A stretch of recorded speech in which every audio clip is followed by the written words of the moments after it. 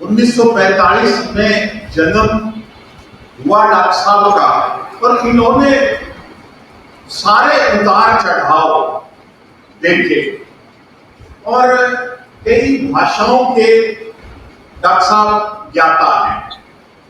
और इनको 2001 में हरियाणा साहित्य अकादमी के निदेशक पद पर नियुक्त किया गया। अकादमी का निदेशक और उसका अध्यक्ष होता है मुख्यमंत्री। तो देखो 2001 से 2021 तक कई सरकारें आई गई, कई मुख्यमंत्री आए गए। डॉक्टर चंद्र त्रिखा जो है हरियाणा ही नहीं उर्दू साहित्य अकादमी के और उसके निदेशक निरंतर चले आ रहे हैं। तो एक व्यक्ति का एक अपना मूल्यांकन और एक साहित्यकार का, एक पत्रकार का एक महत्व झलकता है डॉक्टर चंद्र त्रिखा के व्यक्तित्व में। तो ये एक सबसे बड़ी उपलब्धि। और इस शख्स ने गुडियानी को अपने पहले ही कार्यक्रम में एक तीर्थ धाम की उपाधि दी, और इन्होंने बार बार कहा कि मैं कहीं किसी तीर्थ पे जाऊं ना जाऊं, लेकिन साल में अगर गुडियानी तीर्थ आने का, इस धाम पे आने का मुझे मौका मिले तो मैं अपना सौभाग्य समझता हूं। तो मित्रों, ये बहुत बड़ी बात है। हमारे एक छोटे से बुलावे पर और चंडीगढ़ से चलकर, सुबह चलकर 5-6 घंटे की निरंतर जर्नी, आज ही नहीं हर साल उस कार्य को इन्होंने किया। मैं व्यक्तिगत रूप से भी, परिषद परिवार की तरफ से, आप पूरे साहित्य प्रेमियों की तरफ से डॉक्टर चंद्र त्रिखा जी का आभार व्यक्त करता हूं, अभिनंदन करता हूं। ईश्वर से प्रार्थना करते हैं परमपिता इनको दीर्घायु दे, इनको स्वस्थ रखें। अभी बाबूजी के बहुत अधूरे काम बाकी हैं, उन्हें पूरा करवाने के लिए एक ऐसे साथी की हमें हमेशा आवश्यकता है। हमारे मुख्य अतिथि लोकप्रिय भाई लक्ष्मण सिंह यादव, अभी कल मोदी जी का जन्मदिन था, प्रधानमंत्री जी का, वो भी लोकप्रिय है। और मोदी जी के 20 साल भी सत्ता में पूरे हुए हैं लगातार। तो हमारे विधायक जी की लोकप्रियता, और वो तो नाहड़िया जी ने बता दी, लेकिन इस परिषद से इनके 20 साल भी पूरे हो गए हैं। 2001 से ये सक्रिय रूप से परिषद की कार्य प्रणाली में, परिषद को सहयोग देने में फ्रंट लाइन वॉरियर के रूप में हमारे भाई लक्ष्मण सिंह यादव इस परिषद से, बाबूजी के इस अभियान से जुड़े हुए हैं। और जब भी बाबूजी के काम के लिए, परिषद के काम के लिए, साहित्य काम के लिए इनसे कहा गया है, इन्होंने जैसे अहिर रेजिमेंट के लिए विधानसभा में कल परसों उस सांसद को भी पूरा डाटा भेजा, अरविंद शर्मा को।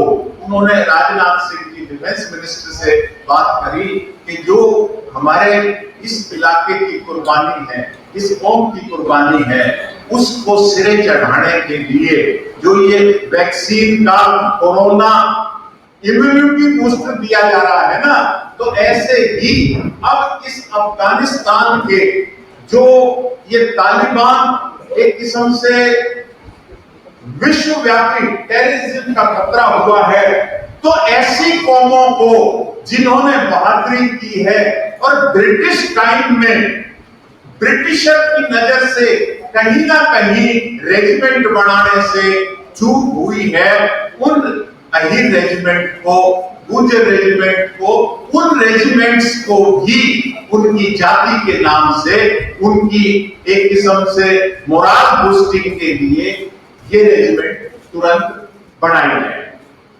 हमारे विशिष्ट अतिथि युवा, एक प्रगतिशील और एक दूरदर्शिता डॉक्टर वीरेंद्र चौहान। एकेडमिक इनकी क्वालिफिकेशन आर्या जी ने सारी बता दी, लेकिन देखो 2016 में दूरदर्शिता इन्होंने रेडियो, ग्रामीण रेडियो और ये जो सोशल मीडिया का, ये जिसको बोलते हैं ना लाइव, आज हमारा प्रोग्राम भी गूगल मीट पर लाइव चल रहा है। गुडियानी गांव में नेटवर्क की लाख दिक्कतों के बावजूद 2016 में जब मुख्य अतिथि के रूप में आज के दिन इनको बुलाया गया था, तो इन्होंने 4 साल पहले ही एक किस्म से उसका आकलन कर लिया था कि आने वाला समय जो है वो इलेक्ट्रॉनिक मीडिया का है, वर्चुअल का है, तो वो बच्चों में हमें उसकी तैयारी इन्होंने करके पहले ही बता दी थी। और अब भी निरंतर गांव के मुद्दे हो, इतिहास के मुद्दे हो, ऐतिहासिक धरोहर के मुद्दे हो, चाहे तरावड़ी का मैदान हो, चाहे झांसी का पृथ्वीराज चौहान का किला हो, मतलब उन चीजों को वीरेंद्र चौहान एक सरकारी दायित्व होते हुए भी बड़ी निडरता से, बेबाकी से, चाहे बात सरकार के खिलाफ की जा रही हो, पार्टी के प्रवक्ता पैनलिस्ट भी हैं, लेकिन उस बात को कहने में भी ये नहीं चूकते। ऐसे हमारे विशिष्ट अतिथि आज हमारे बीच में उपस्थित हैं। मित्रों, जो हमारे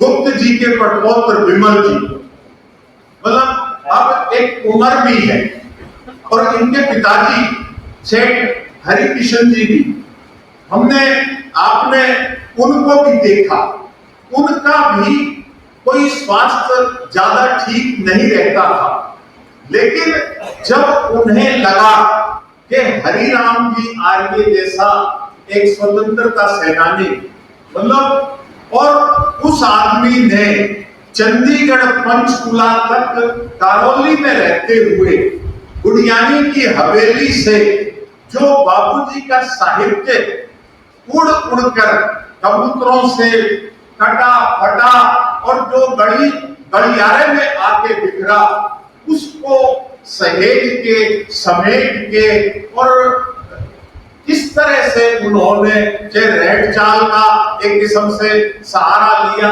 या दैनिक ट्रिब्यून का सहारा लिया, जो वो सहारा ले सकते थे वो उन्होंने हरियाणा के साहित्य जगत की, हरियाणा की सरकार की एक किस्म से आंखें खोलने का काम किया।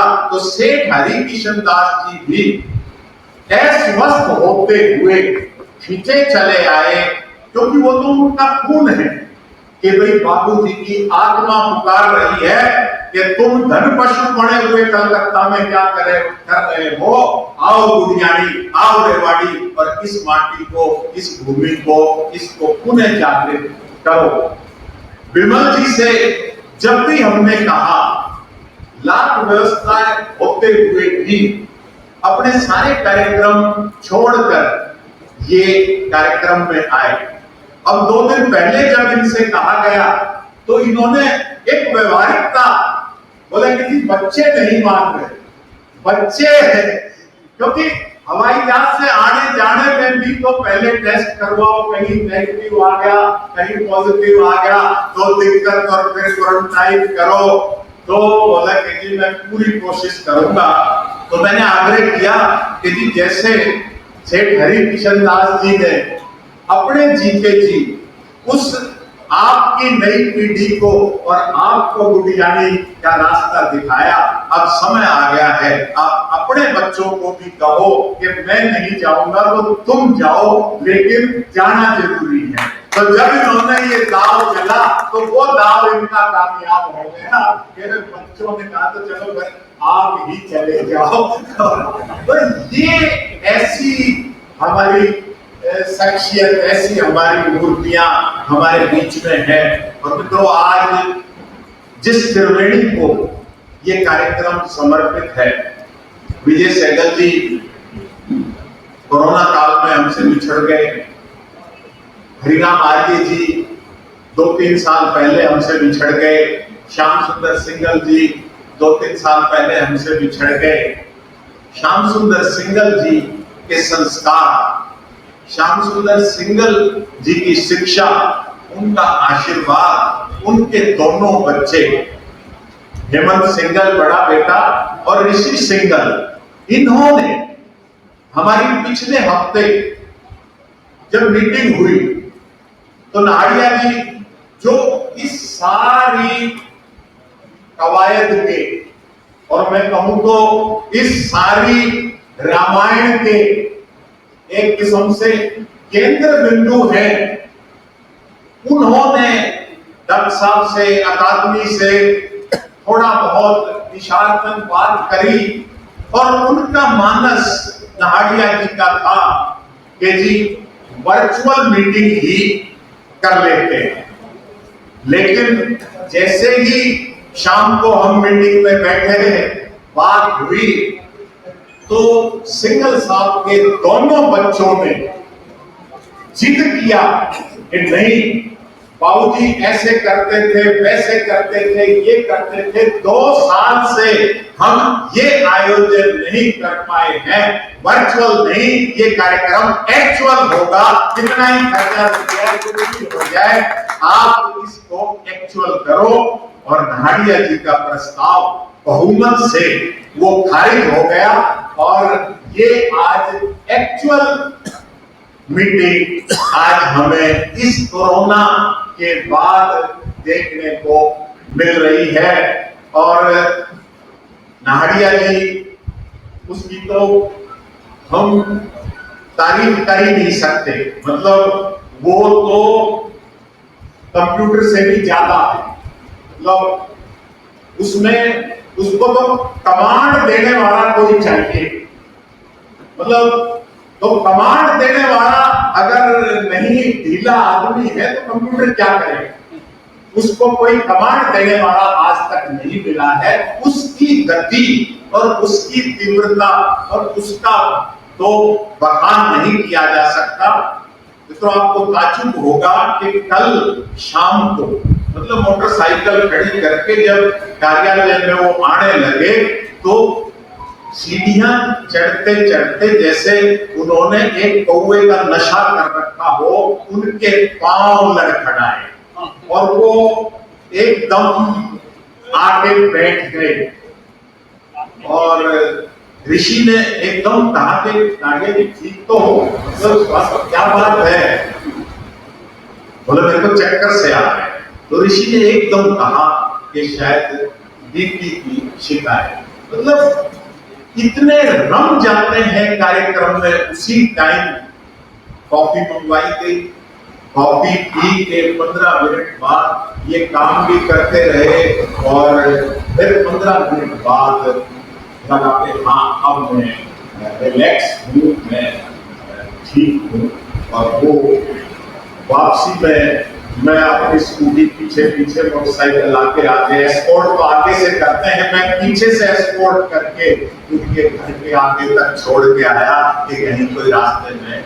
और इनकी जो एक किस्म से हम कह सकते हैं एक कर्मशीलता है, इनकी जो रचना धर्मिता है, मतलब इनका सब्जेक्ट वो नहीं है, फिर भी हमारे उस त्रिवेणी का, बाबूजी का आशीर्वाद रहा और उन्होंने इनको इसी काल में राज्य के शिक्षक अवार्ड से भी नवाजा है।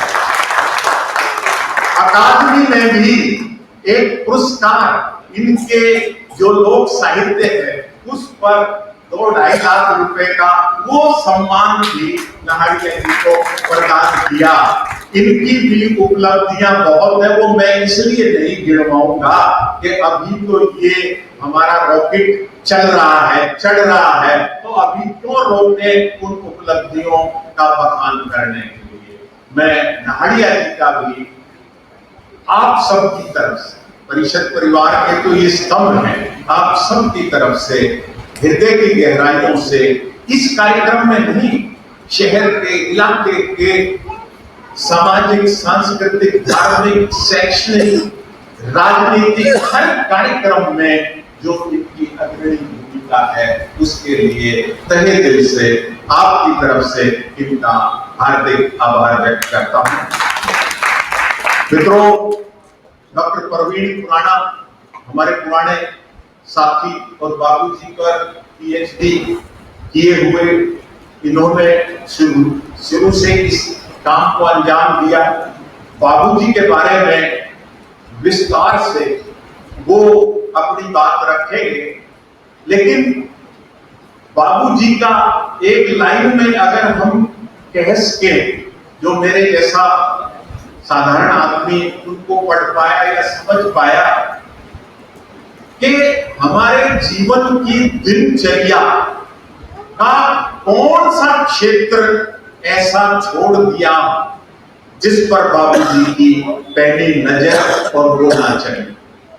आज किसान आंदोलन कर रहे हैं तो किसानी की बात हो, कर्जे की बात हो, संस्कार की बात हो, व्यापार की बात हो, रोजगार की बात हो, साहित्य की बात हो, भाषा की बात हो, राष्ट्र धर्मिता की बात हो, स्वाभिमान की बात हो, गांव की बात हो, महानगर की बात हो, हिंदी की बात हो, उर्दू की बात हो, फारसी की बात हो, बंगला की बात हो, इंग्लिश की बात हो, मतलब कहां कहां उन्होंने काम नहीं किया।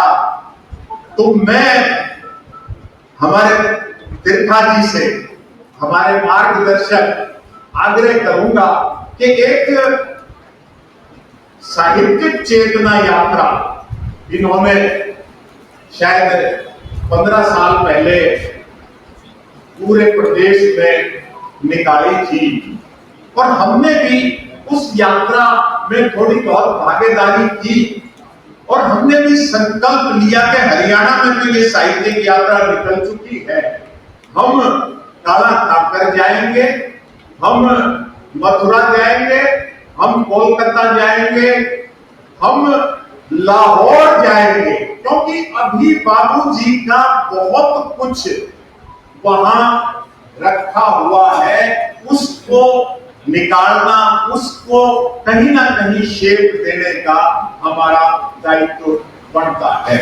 तो एक साहित्यिक चेतना यात्रा हरियाणा साहित्य अकादमी, और पिछले 5 साल से तो अब ग्रंथ अकादमी भी डॉक्टर वीरेंद्र चौहान हमारे साथ इस परिषद परिवार में शामिल हो गए हैं। ये दोनों अकादमियां आज के इस परिवेश में उस साहित्यिक चेतना यात्रा की, लोगों को आंदोलित करने की, लोगों को राष्ट्रीयता के प्रति, वो हिंदी में तो आरसी शर्मा जी बताएंगे कि उद्वेलित करने की आज आवश्यकता है, वरना आज हिंदुस्तान का भी, हरियाणा का युवा समाज भी, चाहे बेरोजगारी की वजह से हो, वो कहीं ना कहीं रास्ता भटक रहा है, अगर उसको हमने दिशा नहीं दिखाई। मैं दूसरी एक और बार बार उस चीज को हम मान पत्र भी अभी हम देंगे, उसमें भी दिया है।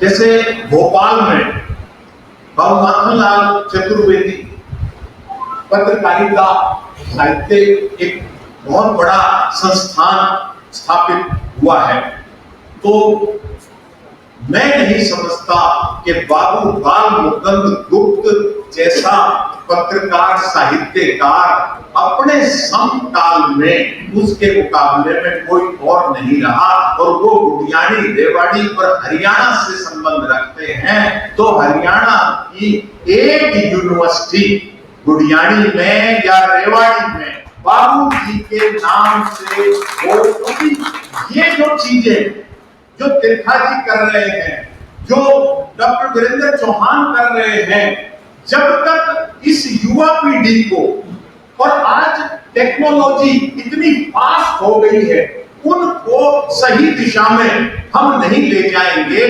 काम चलने वाला नहीं है। आज अटल सेवा केंद्र है और कोई चीज है, ये फॉर्म भरने का सारा डिजिटलाइज हो गया है, ऑनलाइन सारा सिस्टम हो गया है। 8-10 जमात पढ़े हुए बच्चे अनस्किल्ड वो 1000, 1500, 2000 रुपए रोज कमाई करके ले जाते हैं। अगर वो बच्चा स्किल्ड होकर हमारे बीच में इन प्रोफेशनों में जाएगा तो देखो देश का, समाज का, उसके अपने परिवार का कितना उत्थान होगा, कितना भला होगा। मैंने हमारे भाई लक्ष्मण सिंह जी से, सरकार के अभिन्न अंग है, अभी 2 दिन पहले ही गुजरात में आपने देखा कि किस तरह से एकदम मुख्यमंत्री ही नहीं बदला, सारे विधायक जो सारे मंत्री थे वो बदल दिए। मित्रों, बाबूजी ने मुझे कल रात को बताया था कि हरियाणा में भी ऐसा चमत्कार हो जाए तो कोई ताजुब नहीं। तो भाई लक्ष्मण सिंह अगले फेर बदल में हमारा हो सकता है शिक्षा मंत्रालय भी मिल जाए इनको, तो इनको भी ये बात मेरी कल जब बात हुई तो अपील की। स्किल डेवलपमेंट यूनिवर्सिटी पलवल के कहीं एक कोने में बना रखी है, और ये काम स्किल डेवलपमेंट का, कोई प्लम्बर या मिस्त्री वो कढ़ाई बढ़ाई थोड़ी हमने बनाने हैं।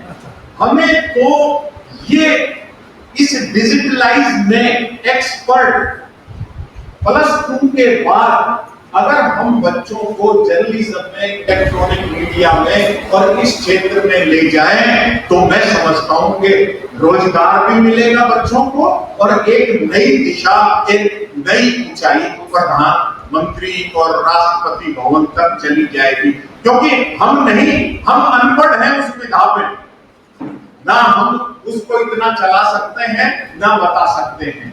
तो वो काम भी हम चाहेंगे, हमारी जो त्रिवेणी बैठी है, ये सत्ता में बैठी है, कि इस अभियान को भी शुरू करें एक संकल्प के लिए। क्योंकि बाबूजी का 114वीं पुण्यतिथि है पर्यावरण संरक्षण के लिए। मित्रों, रेवाड़ी को अभी वो यूनिवर्सिटी की इसलिए आवश्यकता है, 15वीं सदी में गुरु जम्बेश्वर हुए, पर्यावरण उसके, मतलब परिवार राजपूत में जन्म लिया, लेकिन उन्होंने समाज की बुराइयों को देखते हुए और 20 और 9 29 एक पंथ ही बिश्नोई स्थापित कर दिया। और उस चीज को 16वीं सदी में गुरु जम्बेश्वर के जीते जी ही रेवाड़ी में जन्मे। आपको भी नहीं पता, किसी को भी नहीं पता, हमें भी पिछले दिनों ही 1-2 वर्चुअल मीटिंग्स में पता चला। संत कवि महात्मा बिलोही महाराज, उन्होंने जामिन हाथी समाज में रेवाड़ी में जन्मे, जन्मजात अंधे, और उन्होंने गुरु जम्बेश्वर के बाद उस गद्दी को संभाला और बिश्नोई पंथ को आगे बढ़ाया। और ये रेवाड़ी की साहित्यिक चेतना, आध्यात्मिक चेतना का जीता जागता सबूत है, प्रमाण है। उसी से प्रेरणा लेके 5 जून को विश्व पर्यावरण दिवस पर हरियाणा सरकार ने इस कोरोना काल में जो ऑक्सीजन की किल्लत और जो महामारी रही, तो एक घोषणा करी, करनाल मुख्यमंत्री जी की अपनी कॉन्स्टिट्यूएंसी है, कि 5 एकड़ भूमि में ऑक्सीवन पेड़ लगाए जो ऑक्सीजन पैदा करेंगे। उस बात से और पर्यावरण से प्रेरणा लेके 1 अगस्त को मैंने भी अपने गांव में अपनी 5 एकड़ भूमि में पर्यावरण की उसके लिए ऑक्सी-1 की, वो शायद हरियाणा का तो पहला ही निजी क्षेत्र का वो है ऑक्सी-1, उसको किया। तो हम 114 वृक्षारोपण आज से ही शुरू करेंगे और वो बाबूजी की फिर अगली पुण्यतिथि पर 115, अगले 116, इस तरह से इस अभियान को भी हम आगे बढ़ाएंगे। अब नाड़िया मेरी काम खींच रहा है, मेरा कुत्ता खींच रहा है। मैं तुम्हें आप सबका समय निकालने के लिए और यहाँ कोई रागनी सांग और वो कल्चरल प्रोग्राम ना होते हुए तन्मयता से कार्यक्रम में उपस्थिति के लिए हमारे आरसी शर्मा जी, प्रोधा हरियाणा साहित्य परिषद, वो भी एक हमारी ये भी पीछे रहकर काम करने वाले हमारे एक मार्गदर्शकों में शामिल हैं। बहुत बहुत धन्यवाद, नमस्कार। आपने ऐसा मसीहा भी कहीं देखा है क्या? आपने ऐसा मसीहा भी कहीं देखा है क्या, जो जन्म देकर पूछता है दर्द सा होता है क्या?